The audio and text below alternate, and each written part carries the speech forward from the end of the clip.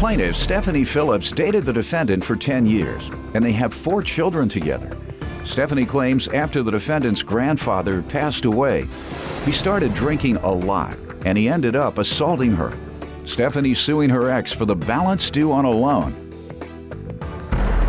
Defendant Justin Brannon admits that he turned to alcohol after his grandfather died, and he deeply regrets putting his hands on Stephanie, but he says he's been sober for 3 months and is trying to get his life together. Justin's countersuing for defamation of character.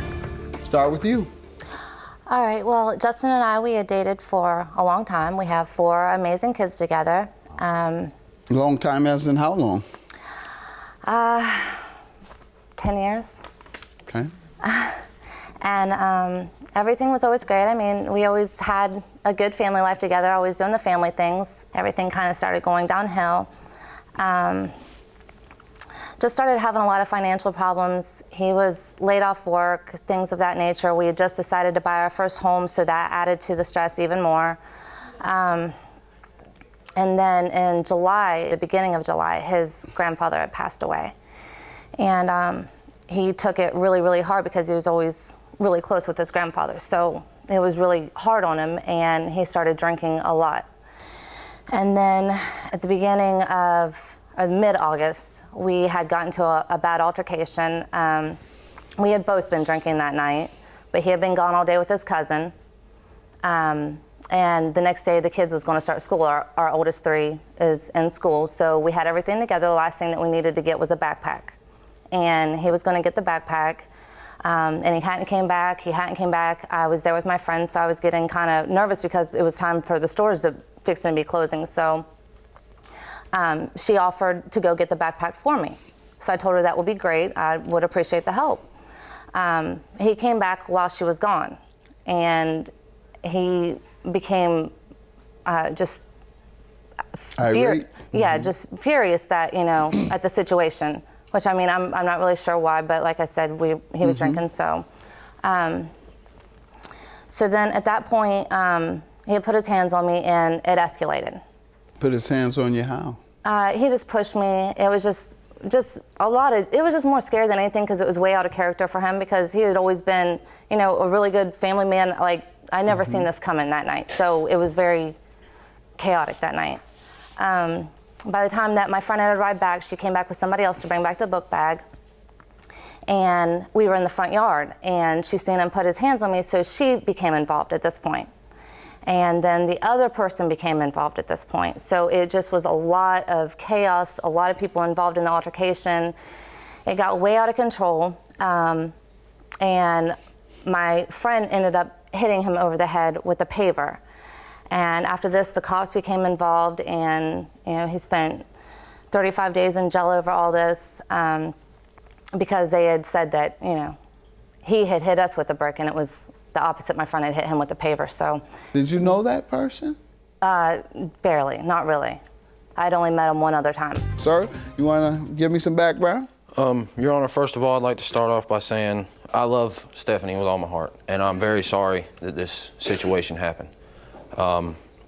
Losing my grandfather was more of a mental blow to me than anything. He'd always been there for me. I needed advice for anything, and I handled things extremely wrong. I'm not denying the domestic. I should have never put my hands on her, and I'm sorry that it happened. But I've been clean for over 3 months, haven't touched a drop. And I attend weekly AA classes twice a week. Good. The last thing I remember is drinking a beer with my cousin at his house, and the next thing I remember, I'm in the back of the cop car. Okay, well, the good news is you realize you made a mistake, yes, you sir. admitted, and you've changed your ways, so. It cost me everything. I mean, my family, and I was killing myself. All right, I respect that. I respect that you've changed and as a result of this, and thank God no one was permanently injured as a result of this. Ma'am, tell me about the loan you're suing for. Yes, Your Honor. In May 13th of this year, I loaned Justin. Were you all still together? We was at the time. but I had loaned him $5,500 that I had saved up. He wanted to open up his own paint business and thought that that would be good money to benefit the family. So I loaned him the money. How long did you all live together? We lived together for almost the whole time we was together. For 10 years? Yes, we lived together. And 10 years later, you were loaning money to him? Well, at this point, we were having a lot of problems. Like I said, it started out rocky at the beginning of the year, so we were already having issues. So you all didn't commingle your funds? No. Okay. For 10 years, you kept everything separate? We did at one point, but Okay. that changed at some point last year because we just had some issues with that. Go ahead. Anyway, at the time, I had a promissory note done. Oh, good. And So has he paid anything back? it was agreed that it would be paid back in full by August. I received $200 in July, and that was it. Sir? We actually had agreed upon an extension in late July because I knew that there was no way I was going to be able to have these houses done. Did you agree on an extension? Yes, sir. Until when? For one more month, till the beginning of September. All right. I was supposed to have it all paid September 1st. And these houses that I had lined up were supposed to start. So you owe, but you can't afford? That's your point? Yes, sir. All right. And your counterclaim for defamation, how does she owe you? After I was arrested, they publicly posted in our local paper the arrest report. And it ruined my business. Okay. Even though there were 3 parties there, Yes, you sir. think that she may have been the one Yes, to sir. tell people you did this. Do you have any statement in any police report, news article, or anything saying that she told someone you did this? No, sir, I don't. Your Honor, I actually have proof that I am not the one that said it. First of all, I have a witness Is this statement. the first time you heard him accusing you? Yes. Okay. Then you just came up with this to try and get out of paying the loan?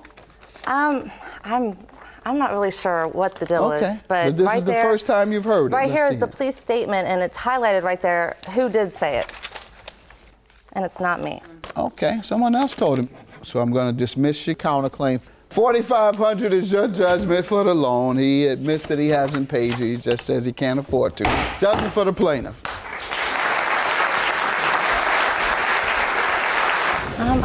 I still have hope for the future at some point, maybe counseling, something like that. But I mean, we do have 4 kids. I just hope that we can move past all this and hopefully one day be the happy family that we were. That would be great.